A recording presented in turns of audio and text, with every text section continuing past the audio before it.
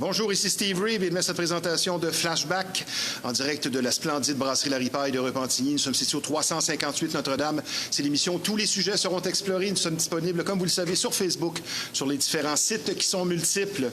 Concernant notre deuxième invité, plus de 2 décennies à jouer dans différents nightclubs à titre de DJ professionnel, lui octroie maintenant l'étiquette musicale joueur d'expérience. Il va nous faire profiter de son long vécu pour répondre à la question existentielle pour tout disque jockey. Quoi faire jouer et quand? Et pour l'exercice, pour conclure l'émission, nous recevrons DJ Chaz Charles Léveillé. Mais tout d'abord, sans plus tarder, notre premier invité, c'est une artiste peintre de talent dédiée à sa passion, mais également à diverses causes sociales, étant sensible au mieux-être des gens qui l'entourent. Et par son œuvre et sa présence rafraîchissante, elle rejoint le cœur et l'attention du public par sa dévotion sociale et son humanisme peu commun. Pour nous parler de son approche artistique, nous partager son parcours et philosophie sur la vie d'aujourd'hui, avec nous une femme qui distribue son énergie, Marjorie Lewinsky. Bonjour Marjorie. Bonjour. Comment ça va? Ça va bien et toi? Très bien. On est bien heureux de te recevoir. Est-ce que le rouge correspond un peu à ta personnalité? Oui, beaucoup. Oui, hein? Ouais. C'est ce que je pensais. Ton parcours est fascinant parce que tu as beaucoup d'implications sociales. Ma première question, tu te définis comment à titre d'artiste peintre dans tes forces et ton approche? Je me définis comment? Très belle question. Je me définis comment? Abstraite, Oui. parce que tout est abstrait. Donc, je pense que par mon énergie aussi, OK. j'ai une belle énergie. J'aime transmettre mon énergie, mon sourire, parce que pour moi, c'est important.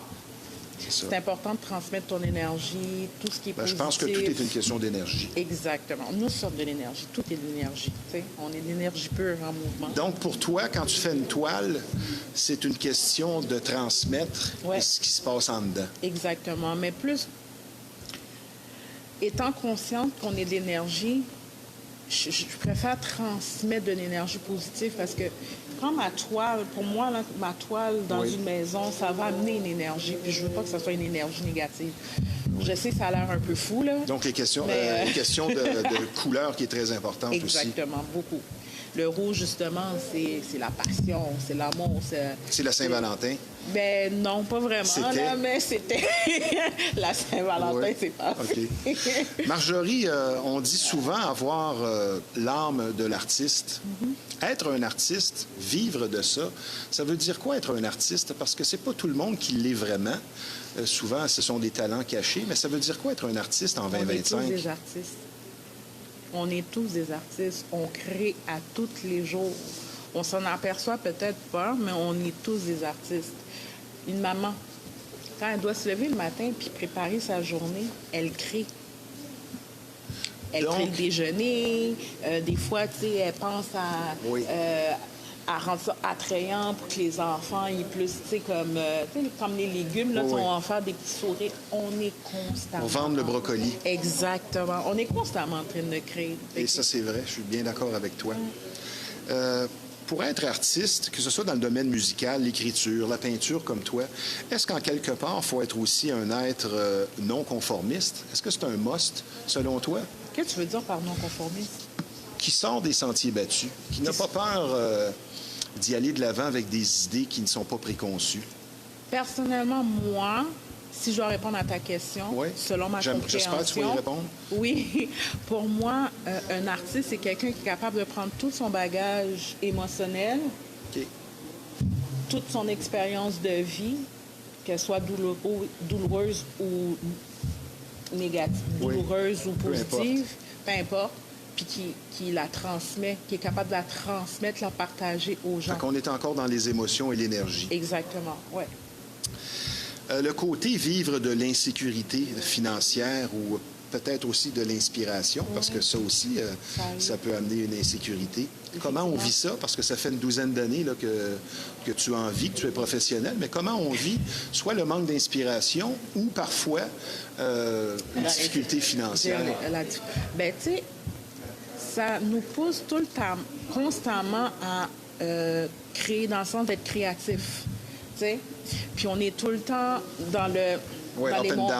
dans les montagnes russes, tu sais, puis on ne sait jamais. Mais ça peut être inspirant. Exactement. Personnellement, moi, je suis une personne qui n'aime pas trop le confort. Je sais que ça a l'air fou. OK, la zone de confort, J'aime la chaise pas. berçante, c'est pas pour toi. Non, c'est pas pour moi du tout. Parce que ça m'empêche de m'élever. Ouais. Tu sais, quand je suis dans le défi puis que je sais pas Ouais, trop, trop tu sais, confortable. tu sais, ça me Ouais, pousse je te comprends. ça me pousse à me dépasser constamment. Donc, moi, j'aime ça parce que OK. la vie, c'est un choix.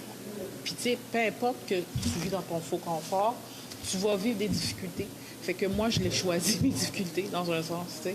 Oui, je sais que financièrement, des fois, ça va bien, des fois, ça va moins bien, mais tout est une question de gestion. Que ce soit Bien émotionnelle d'accord ou avec toi. financière, on gère. Un artiste est bohème, n'a pas d'attache nécessairement, ou tu n'es pas d'accord avec cette Je suis pas idée-là? d'accord avec ça. Non? Non. Parce que je suis très attachée à ma famille. Pour un artiste, je pense que l'amour du public, dans le fond, c'est sa véritable paye. Qu'est-ce que tu me dis là-dessus? L'amour du public.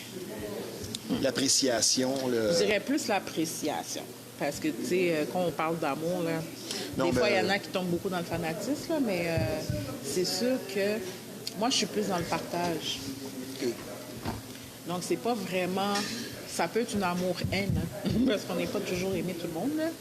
Donc, moi, c'est plus dans le partage. J'adore partager. Donc, ce lien d'amour-là, comme on parle, Oui. c'est plus dans le partage. Ben, c'est ce qui explique ta présence ici. C'est pas seulement ton talent d'artiste peintre. J'ai été intrigué beaucoup par ta dévotion sociale, comme je le disais en présentation. Donc, tu as une implication culturelle, médiatrice culturelle. Qu'est-ce que ça veut dire? C'est de faire le pont entre le public et l'art. Tu sais, c'est de rendre l'art beaucoup plus accessible, que ce soit par le loisir. Oui, que ce soit par le théâtre, la peinture, La musique. la musique, exactement. Tu sais, donc, c'est la médiatrice, c'est ce pont-là, elle crée le pont OK. entre le public. Et ça prend des gens comme ça, parce que sinon, ça serait compliqué. Exactement.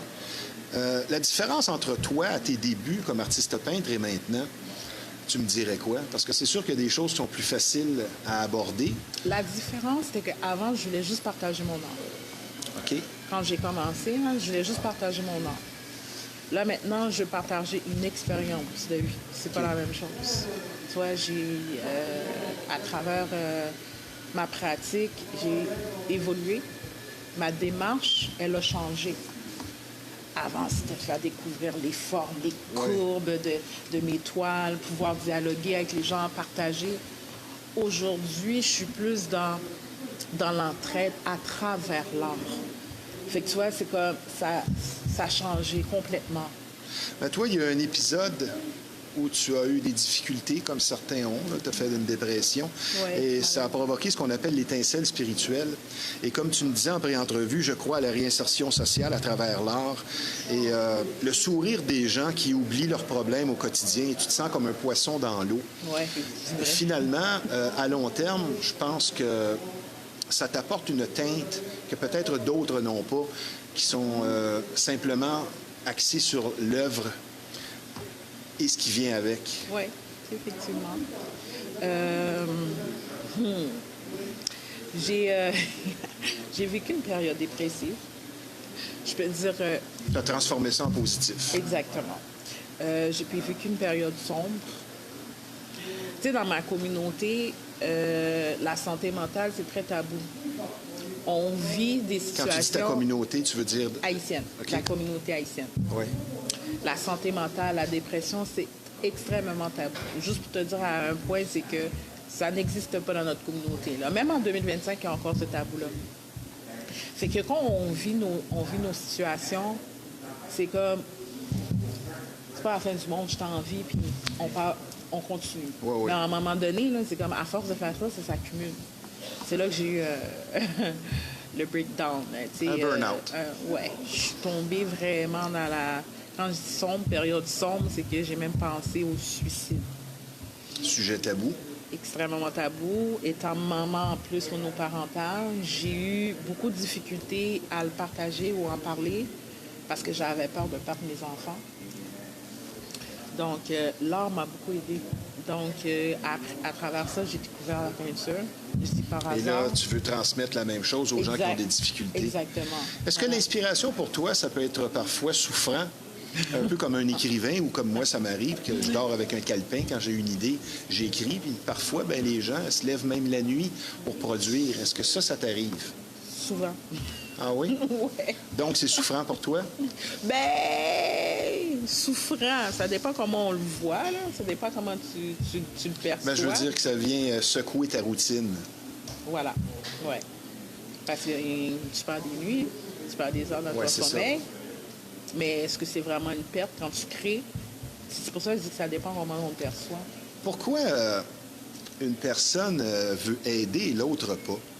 Pourquoi il y a des gens comme toi qui sont tournés vers ce qui se passe autour et d'autres pas du tout? Qu'est-ce qui fait ça? Et ça n'a pas aucun rapport avec l'âge. Parce que la maturité, il y a des gens qui sont matures à 25 et d'autres qui ne le seront jamais. Je pense que c'est une question de personnalité. OK. Puis aussi de l'environnement dans lequel la personne a grandi. L'exemple qui a été donné. Exactement. Oui, moi, j'ai eu une enfance quand même assez complexe, assez... je peux dire... Tumultueuse. Oui, tumultueuse. Bien que, tu sais, il y a d'autres expériences, je pense qu'il y en a qui ont vécu beaucoup plus que qu'est-ce que j'ai vécu, tu sais. Mais je suis une être hypersensible. Je pense que c'est de là que ça me vient, le besoin de partager. Okay. Je suis une personne qui est extrêmement sensible, je suis empathique, j'ai comme la plupart des artistes, Oui, j'ai une faculté, je pense, innée de mettre dans la place d'une personne. Okay. Même si je ne suis pas mis dans ses souliers, je suis pas dans ses souliers, mais je suis capable, vous dirais, énergétiquement parlant, de comprendre. Et supporter. Et supporter, exactement. Pourquoi autant de problèmes de santé mentale de nos jours? Parce que c'est tabou, parce qu'on vit dans un monde individualiste. C'est ce que j'allais dire. Un monde axé sur l'ego et le selfie. Exactement. Puis les gens vivent dans la surconsommation. Je pense qu'on vit nos vies comme on consomme. Donc, tu réponds à ma prochaine question. Si tu compares la vie d'aujourd'hui à il y a 20 ans, tu dis quoi? Puis comme je t'avais dit je t'avais déjà expliqué un petit peu. Aujourd'hui, vu qu'on est dans la culture, dans le domaine culturel, c'est la culture du moins d'efforts. Les gens n'ont pas envie de faire des efforts. Il faut que ce soit facile pour arriver au gain. Il faut que ça soit facile pour arriver au gain. Tu sais, c'est comme la personne, les gens voient le succès d'une personne, mais ils ne pensent pas au processus. Ils pensent que la personne est juste arrivée là, comme ça. Non, il y a eu des... Oh, oui. Tu sais, il y a eu des hauts et des bas. La personne ne va pas te montrer là, quand il mangeait juste des nouilles à tous les matins. Il va te montrer quand il... Tu sais, il va te montrer une fois qu'il est arrivé, il a atteint son objectif. Mais il ne te montre pas souvent le processus. Puis je trouve ça un petit peu dommage. Parce que peut-être que les gens ils comprendraient un peu plus que, regarde, là, c'est pas de même que ça arrive. Là. C'est un privilège de gagner sa vie avec son art? C'est un privilège, mais ça peut être aussi une malédiction d'une certaine manière. Qu'est-ce que tu veux dire? Parce que malheureusement, on vous dirait que quand tu as faim, tu crées plus, tu as plus d'inspiration. Oui, rester à la famille, c'est important. Tu veux tellement que tu le fais avec cœur. Tu n'as pas encore vraiment de vraie paye. Fait que tu le fais avec du cœur.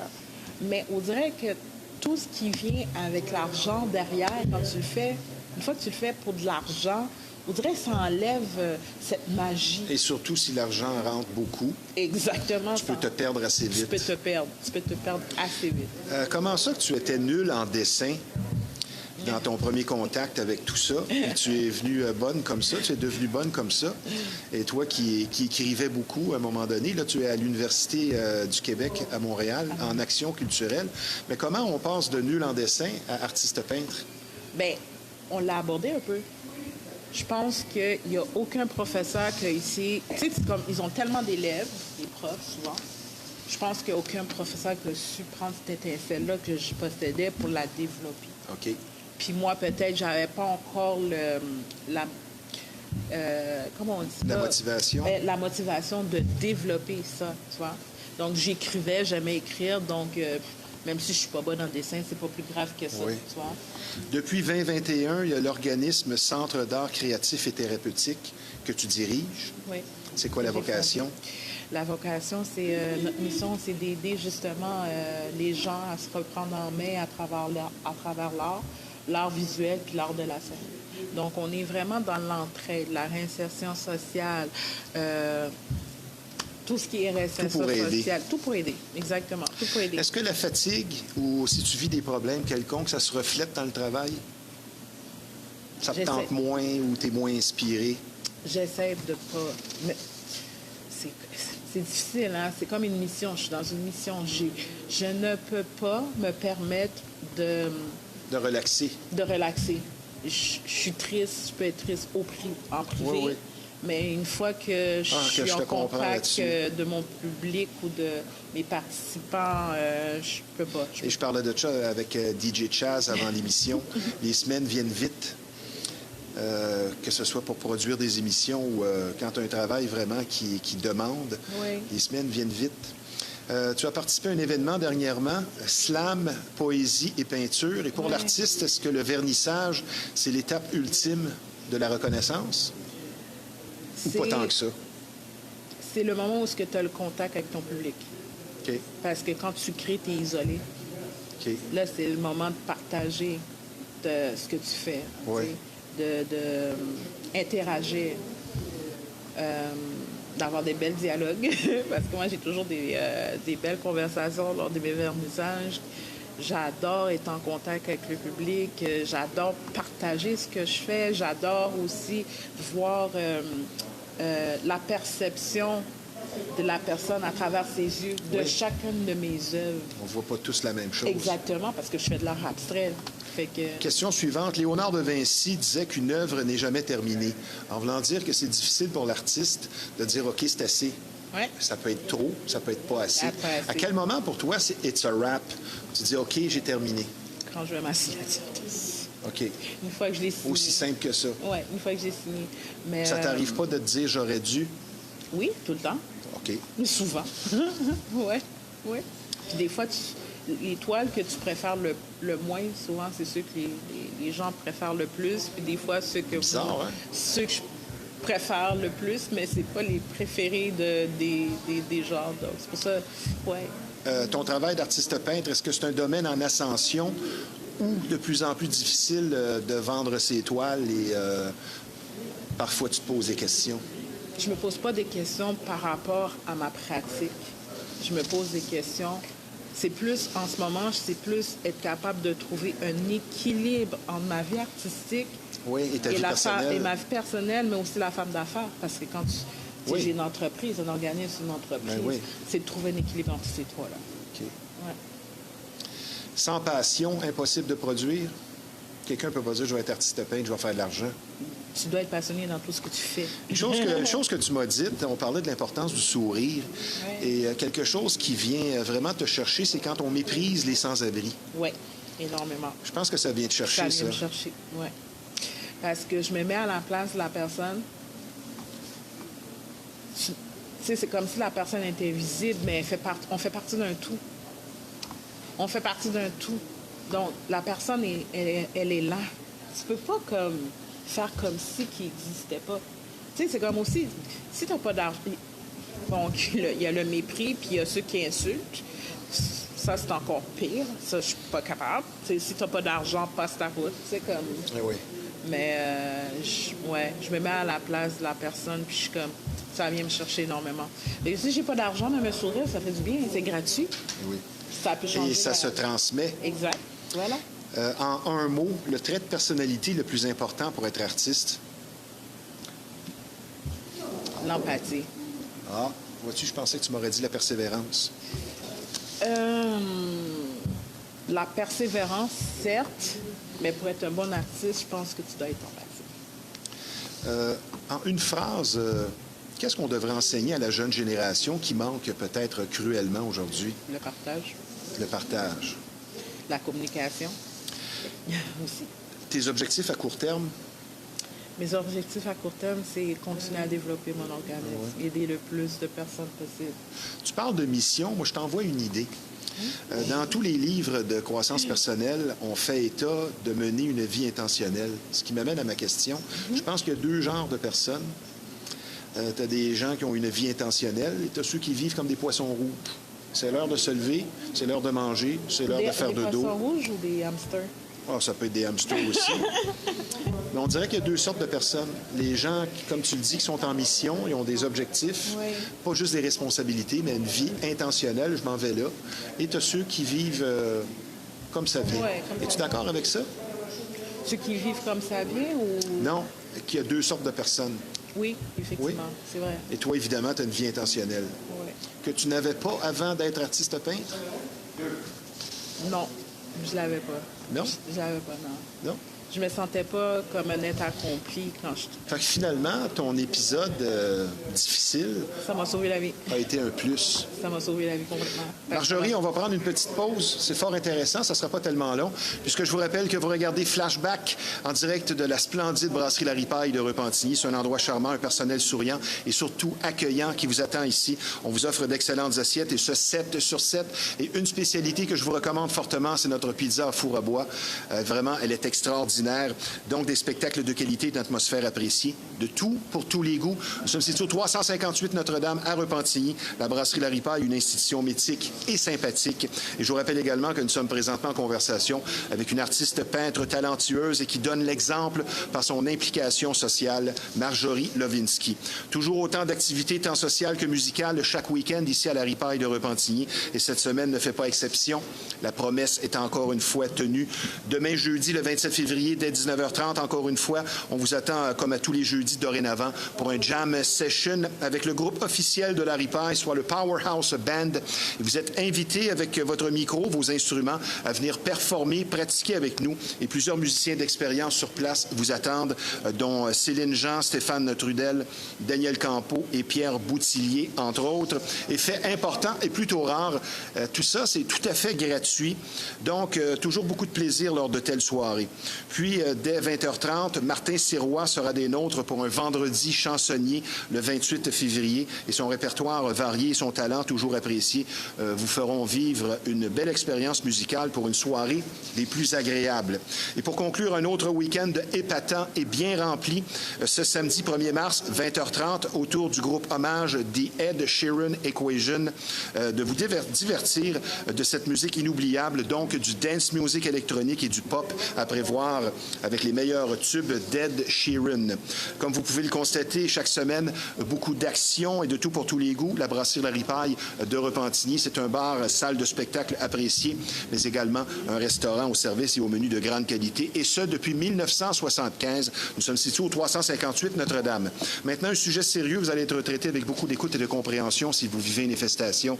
Vous aurez compris ici qu'on parle de bébites et pour certaines familles, c'est carrément un drame. Et plus vous attendez, plus le problème va s'aggraver.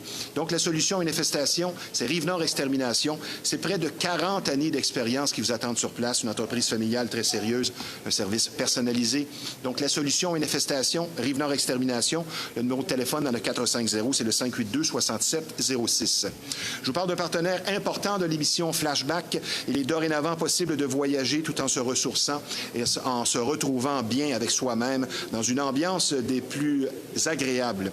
En effet, c'est ce que vous offre Linda Jonf, organisatrice de croisières bien-être, afin d'aller de l'avant dans notre vie qui parfois nous dépasse.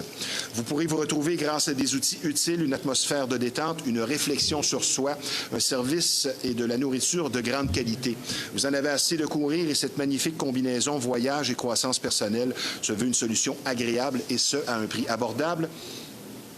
Pour rejoindre Linda Jonf, l'organisatrice de Croisière Bien-être, c'est le 581-993-5145 ou le www.lindajonf.com. Pour de belles vibrations, une croisière et une croissance personnelle et la vie ne pourrait être plus belle tout en voyageant autrement.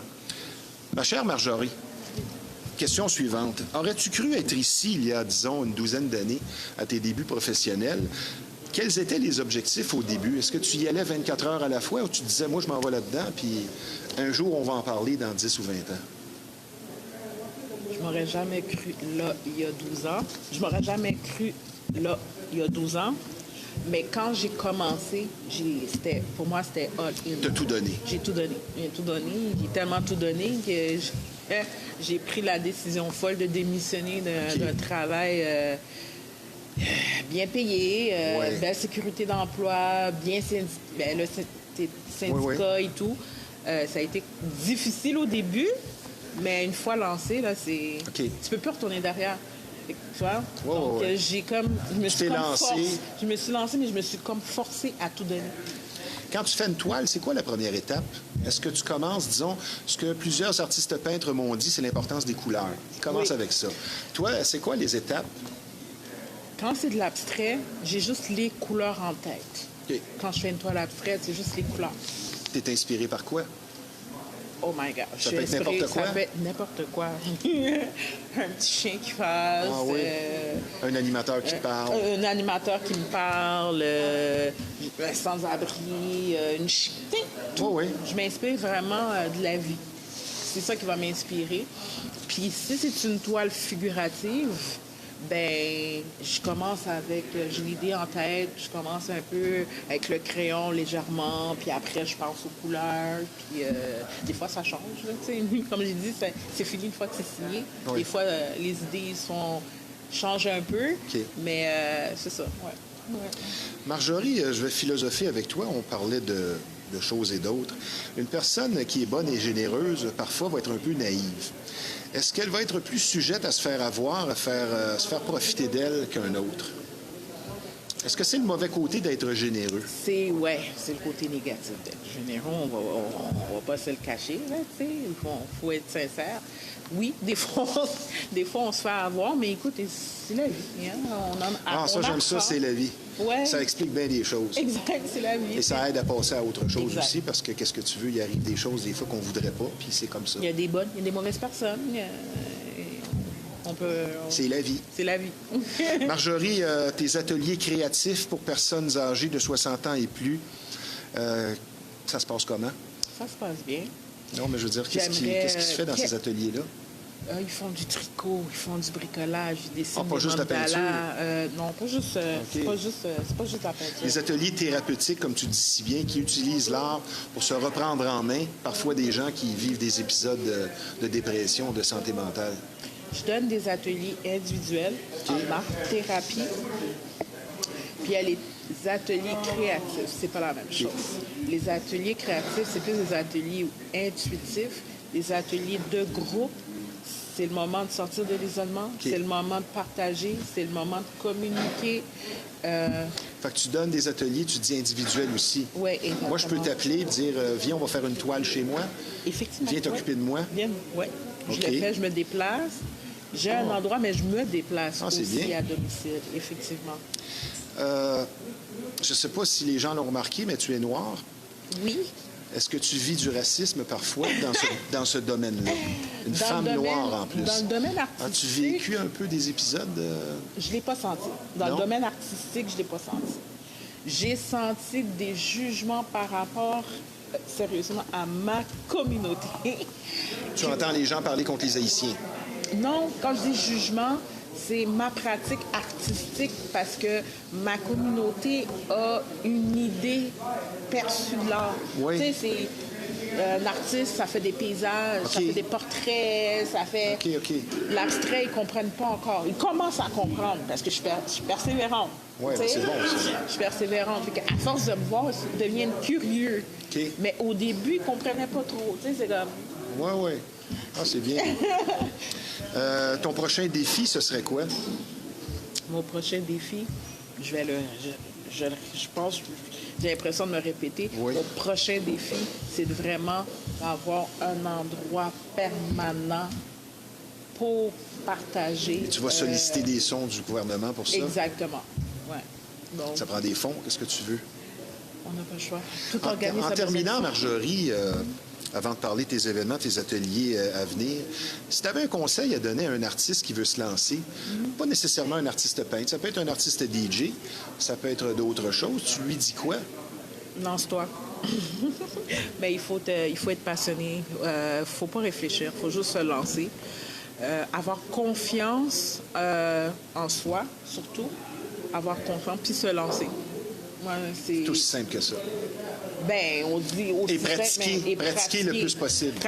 Pratiquer le plus possible. On dit qu'un expert dans son domaine, il fait 10 000 heures. Comme il pratique 10 000 exactement. heures pour devenir un expert. Donc, lancez-vous, travaillez. Oui. Travaillez. Ne soyez pas paresseux. Un artiste doit toujours travailler, Ça, de nos peut-être jours, travailler plus que... La paresse de nos jours est plutôt présente, là. Mais qu'est-ce que tu veux? Oui, mais... As-tu des événements ou des ateliers ou vernissages à venir que tu pourrais transmettre aux gens? Tous les mardis et les mercredis, j'ai des ateliers que j'offre au 2865 rue Fleury, qui est très accessible par les métros puis par l'autobus. Les vendredis, j'ai des ateliers, des activités de loisirs que je donne aussi pour les ados. Parce que, comme je dis, je crois à la réinsertion sociale. Donc, les ados ont besoin d'un endroit où ils peuvent venir discuter, partager, puis discuter des enjeux qu'il y a en ce moment dans les rues. Donc, à la même adresse, 2865 rue Fleury-Est à Montréal. Et si on veut s'adjoindre tes services, passer une commande, qu'est-ce qu'on doit faire? Tu en as une ici, une petite, que tu as amenée. Que j'ai faite pendant la nuit. Je me suis réveillée pas cette nuit, okay. Mais c'est une toile que, bon, je l'aime beaucoup parce que je l'ai faite... je me suis réveillée pendant la nuit, j'avais une inspiration pendant la nuit. Puis tu sais, comme tu peux la mettre comme ça, quand tu la mets debout, c'est une autre perspective. Tu la mets couchée, c'est une autre perspective. On peut voir des formes abstraites, cachées. Puis je l'ai faite avec de l'eau, juste par information. Ah, ben c'est bien. Oui. Bon, félicitations pour ta dévotion sociale. Je pense qu'il n'y a pas assez de gens comme toi. Puis merci de ta présence pour cet entretien différent et fort intéressant. Et je te dis tout simplement, Marjorie Lewinsky, à bientôt. Merci d'avoir été des nôtres. Merci beaucoup. Merci Marjorie. Merci pour l'invitation. Maintenant, je vous parle d'un endroit dynamique. Il n'est pas toujours évident de trouver un coiffeur barbier qui va vous donner satisfaction. Et chez Caramello le barbier, c'est tout simplement une mission. Sourire et expérience font de Caramello la référence. Ce salon de coiffure vous surprendra non seulement par le talent, la qualité du service, mais surtout par l'accueil chaleureux de l'endroit. Un service de coiffure, design, barbier et même de formation disponible sur place. Et un fait important, l'ambiance tropicale de l'endroit ajoute ce petit quelque chose particulier qui agrémente l'expérience. Après une visite, vous repartirez satisfait et comblé par un accueil et un service inégalé. Sur rendez-vous, ouvert 7 jours, situé à Repentigny, au 221 Notre-Dame. Le numéro de téléphone dans le 514, c'est le 659-1761. Avec Caramello le barbier, plaisir et satisfaction assurés. Je parle maintenant d'un partenaire de l'émission qui pourrait s'avérer surprenant, soit Tricia Tarot. Vous avez des questions qui, depuis longtemps, demeurent en suspens et différentes options s'offrent à vous, peu importe le sujet. Le tarot et la tasséomancie représentent des moyens simples et efficaces pour répondre à vos interrogations, et ce, avec précision. Les 30 années de pratique de la tarologue Patricia Robert signifient compétence et crédibilité. Donc, amour, amitié, famille ou emploi pour connaître l'avenir et être guidé pour mieux agir. Le numéro de téléphone dans le 438, c'est le 373-1022. Avec Tricia Tarot, vous aurez les réponses qu'il vous faut. Je vous parle maintenant d'un endroit spécialisé dans le domaine de la mécanique et de son entretien et qui propose un rendement des plus crédibles et reconnus. L'atelier de mécanique Fast Tuning pour la crédibilité d'un service exclusif à des prix compétitifs, un personnel accueillant, un service compétent, spécialisé aussi en véhicules européens, une bannière existant déjà depuis près de 20 ans, donc une fiabilité reconnue et appréciée.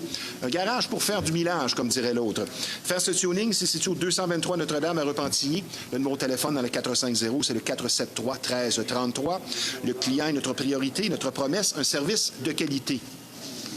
Nous enchaînons maintenant autour de notre deuxième invité. Il est bien connu dans le domaine des nightclubs et le sujet de sa chronique d'aujourd'hui devrait assurément interpeller tout DJ à l'écoute. Quoi faire jouer et quand? Pour l'analyse complète de cette question éternelle et de base, avec nous un homme pour qui dance music est synonyme d'oxygène, un habitué de l'émission Flashback, DJ Chaz, Charles Léveillé. Bonjour Charles. Salut Steve. Comment ça va? Ça va très bien toi? Toujours un plaisir de te revoir. Je pense qu'aujourd'hui... Et quand? Oui. Oh. Quoi faire jouer et quand? OK. J'avais préparé, moi, que penses-tu de la version québécoise de Life is Life de René Simard? On va oublier ça? Ben, ça me fait rien. Écoute, si tu penses que ça peut intéresser les gens, tu viens de nommer une des tunes que je suis pas capable. Ah, je t'ai senti, on se connaît trop. Je vais te lancer en te disant quoi faire jouer et quand. Oui. Ça dépend de la vocation de l'endroit. On va en parler parce qu'il y a des contraintes. Selon l'heure. Oui. La vibration du moment, qu'est-ce qui se passe sur la piste de danse, le dance floor? L'énergie. On en parlait avec Marjorie. Toujours. Impossible de garder aussi la vibe au plafond éternellement. On veut bien, mais c'est pas possible. Et le nombre de personnes de l'endroit. Je te laisse commencer. Bien, tout d'abord, premier point. Tout d'abord, bonjour. Tout d'abord, bonjour. Et je vais dire, comme j'ai mentionné la dernière fois, je viens pas ici en croyant avoir la science infuse et d'avoir... On fait des suggestions. C'est ça, d'avoir la prétention de tout savoir. Je viens simplement peut-être partager mon 26 ans d'expérience, les points que j'ai pu remarquer, les certaines erreurs que plusieurs DJ ont fait. Bien, l'expérience parle aussi. Donc, oui. Puis, je pense être juste en mesure de pouvoir peut-être, en espérant, pouvoir renseigner des débutants qui veulent se lancer dans le milieu et peut-être même des plus vieux qui ont le désir de faire... Tu me regardes quand tu dis tu vois, j'ai détourné. Je me sentais visé. Mais non, mais peut-être des plus expérimentés qui désirent faire un changement de carrière d'artiste. Des fois, changer de domaine, toujours en restant dans le DJ, mais je veux dire, on veut lâcher les clubs pour aller dans les festivals, on veut aller dans les festivals et les faire... Donc, peut-être que certains points seront intéressants de discuter.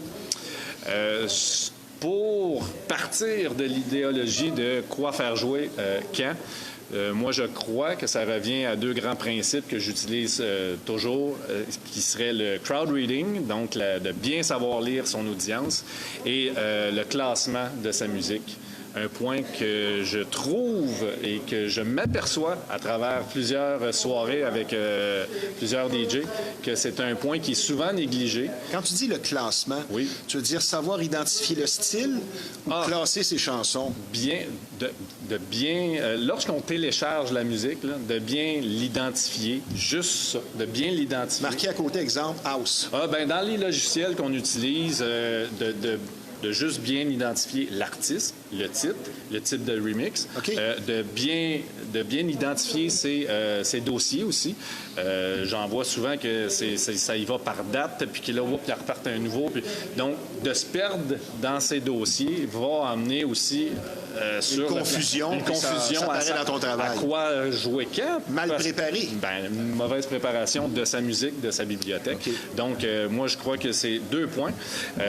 Qu'on soit dans les bars, qu'on soit dans les restos, qu'on soit en corpo aussi, c'est important.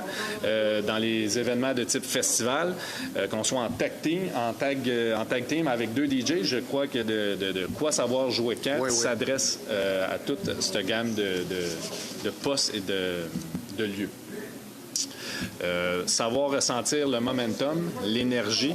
Le momentum, ça, c'est le mot-clé. C'est d'aller le chercher. Il ne faut pas oublier que c'est nous autres qui va nous autres, je parle en... Tu vas le créer. Le DJ qui va le créer, mais il faut aussi être capable de le percevoir, de le capter.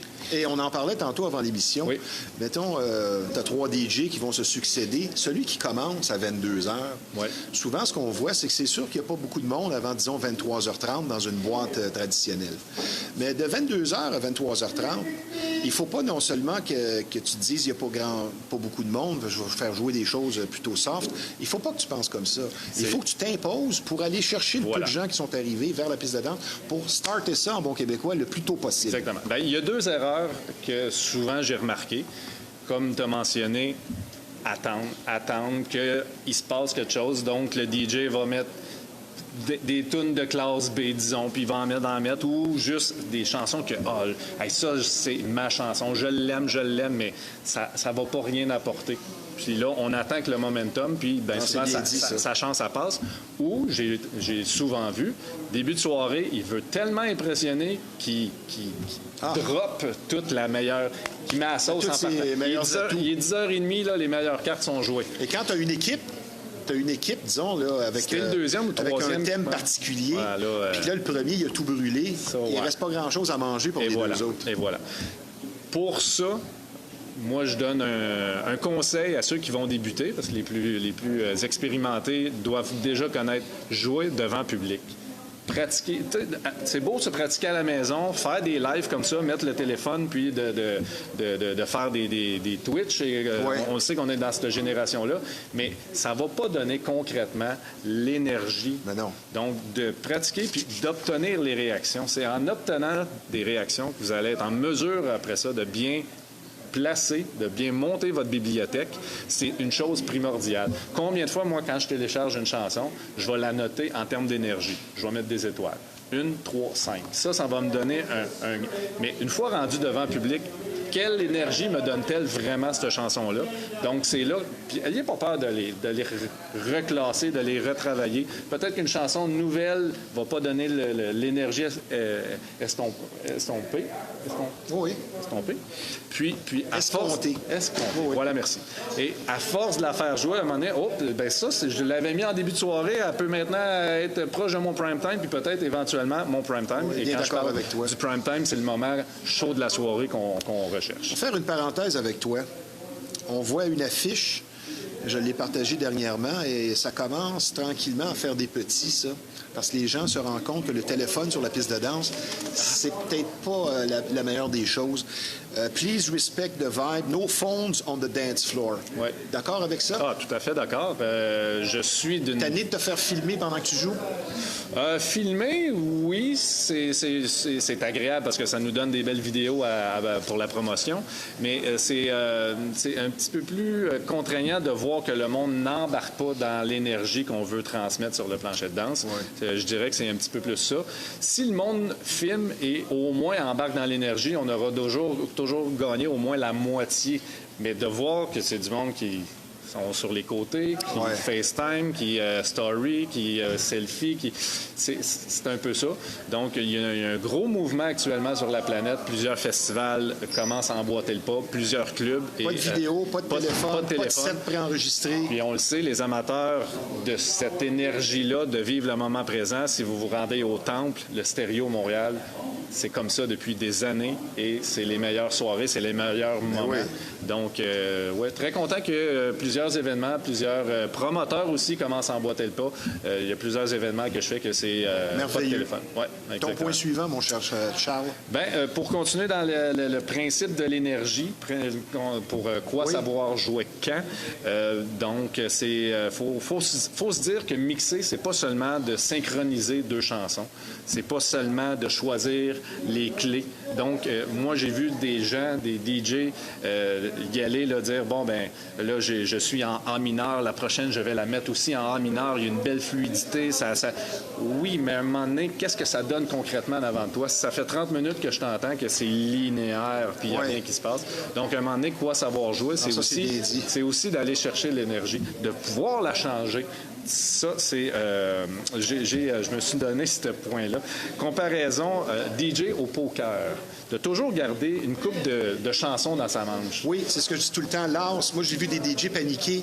Voilà. Qu'est-ce que je fais jouer? Mais il y a quand même une chanson là que tu peux faire jouer n'importe quand, que tu sais qu'il va y avoir une réaction. Je dirais c'est surtout... lance dans la manche. Et voilà, je dirais surtout que cette expérience-là, je l'ai acquise au travers des corpos. À travers des corpos, des soirées où ce qu'on doit jouer quand même assez large, on va dire open format, comme on appelle dans le milieu, d'avoir ces cartes-là dans la manche, de dire, OK, là, je sens une baisse d'énergie, paf, je vais dropper ce hit-là, je vais mettre cette chanson-là, je le sais, ce que j'appelle, et qu'on m'a déjà dit, la tune spring. Ça, là, faites-vous un fichier, regroupez dans un fichier des chansons que vous savez que ça va le faire lever automatiquement le plancher de danse. Et à l'inverse, j'ai eu souvent des discussions sur le terrain pendant que ça se déroulait, ou peu importe où, sur le fait de garder les gens au plafond dans leur énergie. Qu'est-ce que tu penses de ça? Il y en a qui disent non, tu peux pas les garder là longtemps, tu dois les redescendre et les remonter. C'est quoi ta philosophie par rapport à ça? Moi, je le travaille toujours selon la durée. Du 132, là, tu sais? Oui, à part le BPM, il y a aussi l'énergie musicale, là, l'énergie de la chanson. Moi, je dirais c'est selon le temps donné de votre prestation.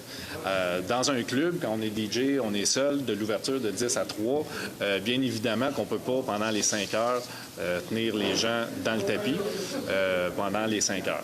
Mais si on a une prestation, un set de 1 heure, 2 heures, puis qu'on est le 3e sur 5, on est pas mal dans le momentum de la soirée. Peut-être que ton 2 heures, faut que tu tiennes les gens, mais il n'y a rien qui empêche, en plein milieu aussi, de vouloir créer un moment de retomber, de donner ça, de donner une pause. Oui, exactement. Puis de jouer avec l'énergie, Je vais souvent utiliser le mot énergie parce que je crois que c'est la façon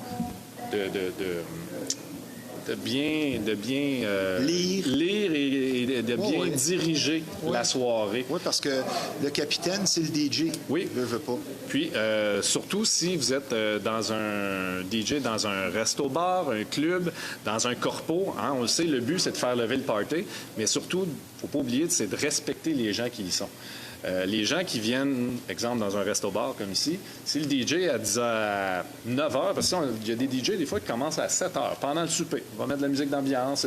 Si à 9 h, le DJ là, pense un petit peu à son nombril, puis là, hey, moi, ça fait déjà 2 heures que je mixe, là, mais tiens, je leur mets de la sauce, puis je rentre ça à un fort BPM ou une DJ. Ça se peut que les gens ne soient pas encore prêts à ça, de respecter les gens. Les gens sont encore à la table, sont venus souper, sont venus... sont pas rendus là à la même énergie que toi. Donc, je crois que ça, c'est le crowd reading, encore une fois. Quoi faire jouer et quand? En quelque part, c'est un talent. Mais est-ce que ça, tu l'as ou tu l'as pas? Ou ça se développe? Ça se développe et comme j'ai mentionné au début, ça va se développer avec... Mais il faut avoir l'aspect musical en soi. Ça, oui, ça revient un peu à... Ça aide. Ça revient un peu à la discussion qu'on avait déjà eue sur, comme, tu sais, devenir DJ ou pas. Là, ça, oui. Mais une fois que tu es DJ, pour répondre à notre question de quoi faire jouer quand, est-ce que qu'est-ce qui va nous aider là-dedans, je crois encore, puis je reviens à dire que c'est le crowd reading et de jouer devant le public.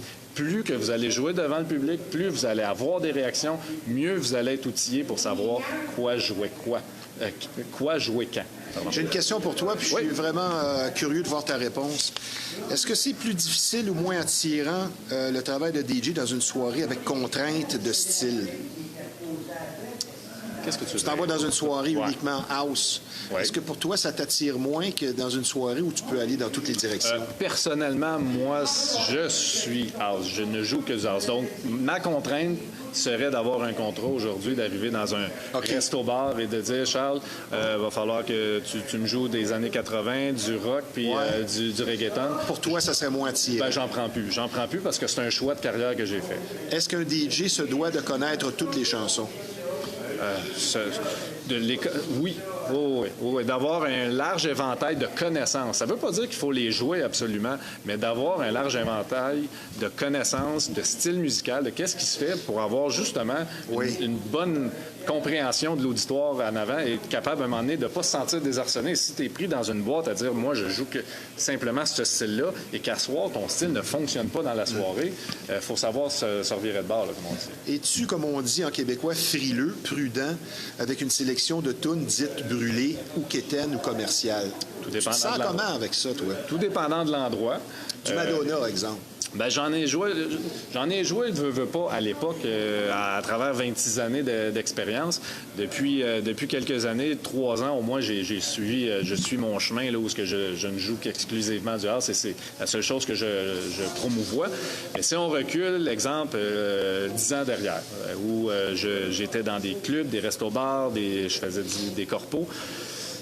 Il y a des classiques qu'on peut pas... c'est incontournable. Incontournable. Puis je parlais de Tune Spring. Ben si c'est une tune de Madonna qui dans un corpo like a Virgin, qui va faire lever certaines classes into the groove, qui va faire lever une certaine classe ou d'âge de personnes et que ça va mettre le feu pour permettre après ça de aller où on veut avec nos nouveautés, ben, pourquoi pas? Et Into the Groove, qui n'était pas sur aucune charte en Amérique et qui a été nommée, votée la chanson des années 80, il faut le faire. J'ai une autre petite question avant ton prochain point. On va y aller avec un point, je pense, qui nous touche particulièrement parce que de travailler dans les médias ou comme DJ, on va vivre des expériences dans un métier qui est exigeant, parfois cruel. Exemple, la perte d'un poste sur le champ ou ne pas être payé selon les promesses. C'est difficile sur le mental. Toi, es-tu devenu méfiant? Oui. Avec le temps, avec l'expérience. Mais pas fermé, mais méfiant. Oui, exactement. Heureusement, parce qu'il y en a des tout croches. Oui, j'ai rarement eu la problématique de courir après mon argent. Donc ça, tant mieux. Je connais que plusieurs DJ que ça n'a pas été le cas. Mais j'ai, dans mon jeune temps, à mes départs en 2008, quand j'ai commencé dans les clubs, ça a été un peu plus au niveau des tâches. De se faire abuser sur peux-tu faire ça? J'ai déjà monté dans l'escabeau, installé des nouveaux systèmes de lumière. Fini par passer le balai. Oui, exactement. Que là, la définition de tâche n'était plus seulement le 5 heures de musique, mais c'était un 2 heures avant pour venir venir placer et entretenir la place, et 1 heure après pour remplir les machines à fumer et tout. Fait que donc, à un moment donné, ça fait comme... non, avec le temps, on se forge un caractère aussi. Ah, écoute... mais oui, il faut faire attention, surtout pour ceux qui débutent dans le milieu. Il y a des promoteurs, il y a des gens, des tenanciers de bar qui vont tenter de vouloir justement abuser. Le côté salaire aussi. Donc, ce que je dis tout le temps, quand vous voyez des gens qui sont dans les médias ou comme DJ depuis 20, 25, 30 ans, il faut comprendre que ces gens-là ont passé par toutes sortes d'étapes. Ouais. Et il ne faut pas se décourager. Parfois même, ça nous rend plus forts, mais il y a des fois où on se demande si ça ne va pas nous affaiblir. Ça serait quoi ton... Oui? Bien, j'allais continuer sur ton point, Oui. parce que justement, puis j'ai aimé aussi ce qu'on a parlé précédemment avec Marjorie. Donc, au niveau de ne pas se décourager, bien, c'est définitif qu'il va en avoir des embûches au travers un parcours artistique. Donc, si vous êtes du genre à arrêter ou à tout de suite laisser tomber, vous n'êtes pas fait pour ce milieu-là. Surtout dans le milieu des communications, puis dans l'univers musical, qu'on soit DJ, qu'on soit musicien, ça finit toujours... Il y a une compétition. Il y a une compétition. Mais c'est une compétition déloyale. Yeah.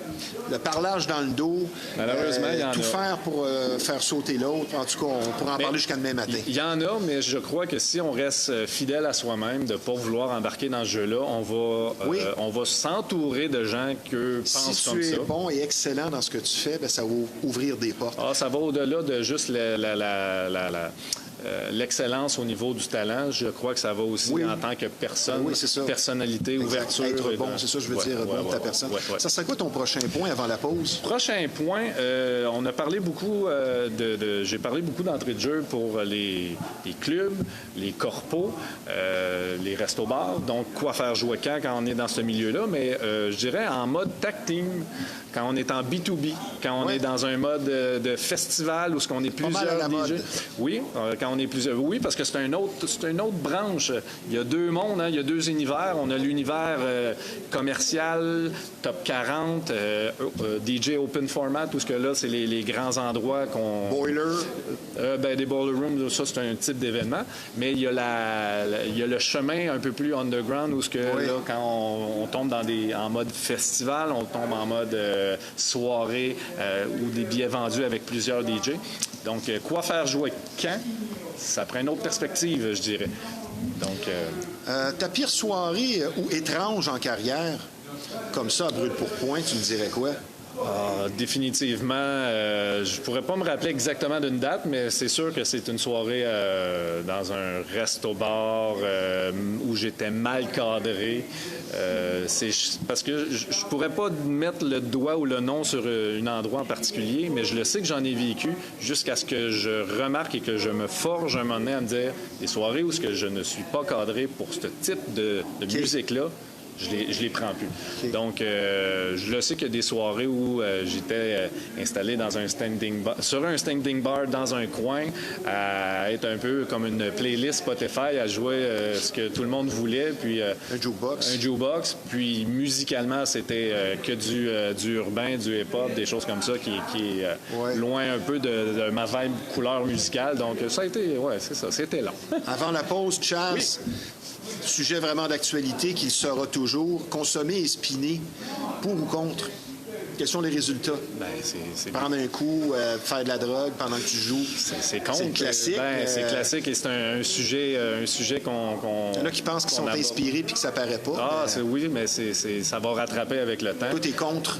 Je suis contre, oui. Moi, j'ai réussi à garder un bel équilibre.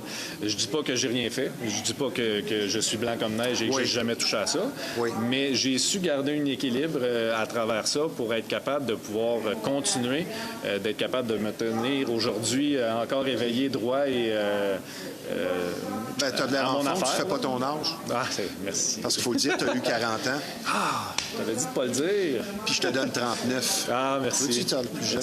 Merci. Approche-toi d'un pouce. Regarde, c'est ce qu'on va faire. Moi, j'adore ça. Le monde nous écoute. Le monde va. Textez, hein? Quel âge vous donnez en bas, là? Ouais, ben oui. Charles, t'as l'air Ben de. oui, ben oui. Allez-y de vos commentaires, là. Charles, on va prendre une petite pause, mon cher ami. Avec grand Je pense plaisir. que c'est le temps. Puisque je vous rappelle que vous regardez l'émission Flashback en direct de la superbe brasserie La Ripaille de Repentigny. C'est un bar, salle de spectacle apprécié, mais également un restaurant dont l'ambiance et le menu sont de grande qualité. Nous sommes présentement en conversation avec un DJ de longue expérience, le sympathique DJ Chaz, Charles Léveillé. Je vous parle maintenant d'un domaine très en vogue et ont connu une progression fulgurante au cours des dernières années, soit le tatouage. Et quand le temps arrive de choisir un artiste tatoueur, le mot expérience inspire la confiance et c'est ce qui vous attend chez Tatouage Rockstar.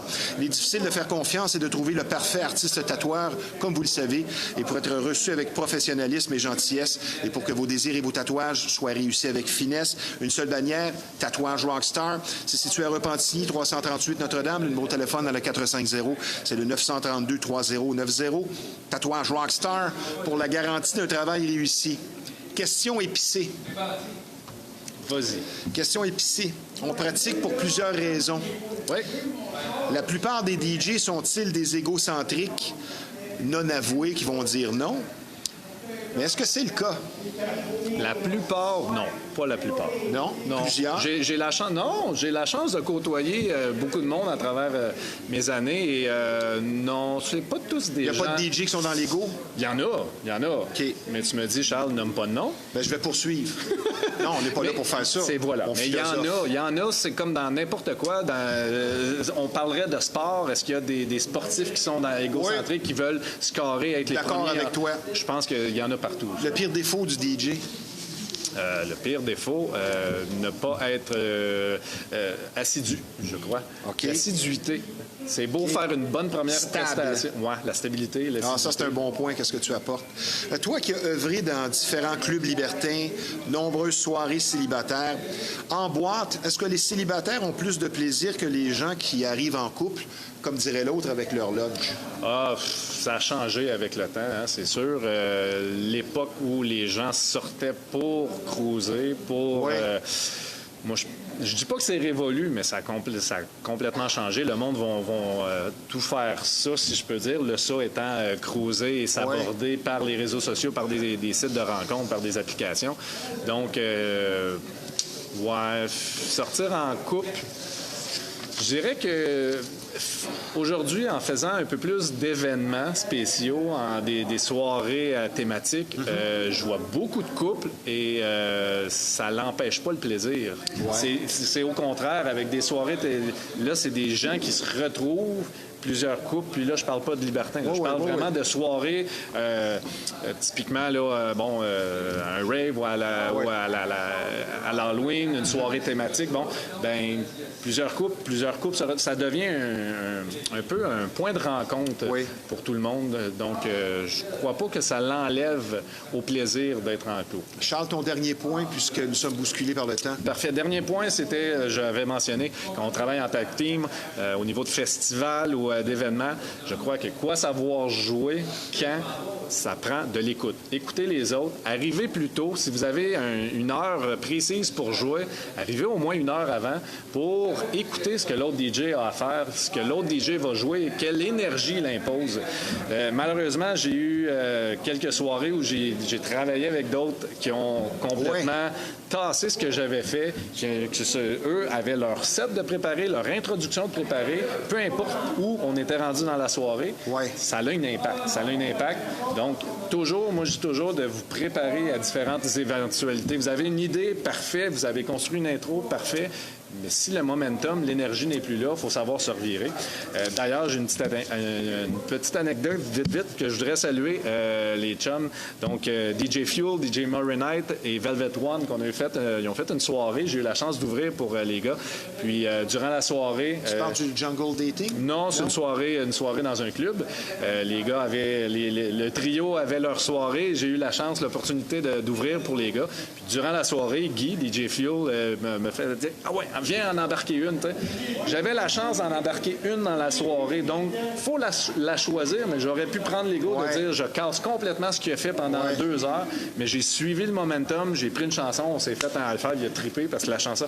Donc, ça c'est l'écoute. Mais DJ Fuel, j'aime ça. Oui. Je vais te poser 2-3 questions, Rafale. Tu me réponds par un mot, un nom ou une phrase. En terminant, qu'est-ce qui fait la crédibilité du DJ? Parce que c'est pas seulement l'expérience.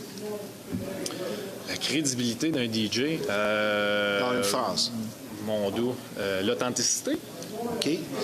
Qu'est-ce que la musique t'apporte en premier? Un épanouissement. Dans ton cas, c'est le house. Pourquoi pas le rock ou le blues ou d'autres choses? Qu'est-ce qu'il y a dans le house qui t'a accroché? Ça remonte à mes débuts, à l'âge, à 12-13 ans que j'ai découvert la musique électronique. Taylor City? Non. Là, je parle des bands un petit peu plus qui étaient drum and bass, donc de Prodigy, de Chemical Brothers, Crystal Method, des bands un petit peu plus. Et ça t'a toujours suivi? Ça m'a toujours suivi, mais j'ai toujours quand même, puis j'en écoute aujourd'hui du rock, je vais dans voir des shows, des bands. Donc, la musique m'amène des différentes énergies, mais dans le house, ça me permet de pouvoir transposer celle que moi j'ai envie de transposer. Est-ce que de travailler dans le public, c'est un art? Oui. Ben oui, savoir oui, c'est un art à apprivoiser, de savoir se présenter, de savoir dealer, si je peux dire, avec toutes sortes de gens. Ouais. Qu'est-ce qui rend le plus tannant, la drogue ou la boisson? Je vais dire le mélange des deux. OK. Qui est le plus tannant, un coup intoxiqué? Est-ce que c'est l'homme ou la femme? Qui Qui le plus tannant, intoxiqué? L'homme ou la femme? Le plus tannant coquin, la femme, tannant fatigant, l'homme. OK. Ouais, qui cherche à se battre. Des événements à venir, en terminant? Oui. Sous le nom de Chaz, chaque vendredi sur djmix.ca, bien évidemment, mon émission, le House Addiction Radio Show. Vous pouvez me suivre. 1 heure de house mur à mur avec le segment Flashback, où je ramène une chanson des années 2000, et le segment La nouveauté de la semaine, qui est proposé par mon partenaire Purple Tea Record, un label montréalais, donc à chaque vendredi sur djmix.ca. Et si vous recherchez une vibe un peu plus underground, mon alter ego que j'ai lancé en février 2024, Charles Hayes, donc vous pouvez retrouver sur SoundCloud, Instagram, Facebook, bien évidemment.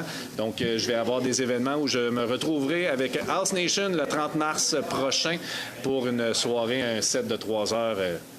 Super. Merci pour une autre chronique intéressante. Merci encore une fois. On l'a même coupé un peu. On a manqué de temps. Et je te dis, mon cher Charles, je te dis tout simplement à très bientôt. Merci d'avoir été des nôtres. Merci encore une fois. Très merci intéressant. à tous. Bonne fin de journée. Merci. Maintenant, une cause que nous avons à cœur ici dans l'émission Flashback pour une écoute active. Si vous avez des idées noires ou vous avez besoin de parler, je vais vous donner 3 numéros. 1-866-APPEL. Il y a telle aide dans le 514. C'est le 935-1101. Et très facile, le 988. Merci à Marjorie et à Charles. Ici Stevie Ray. À la semaine prochaine.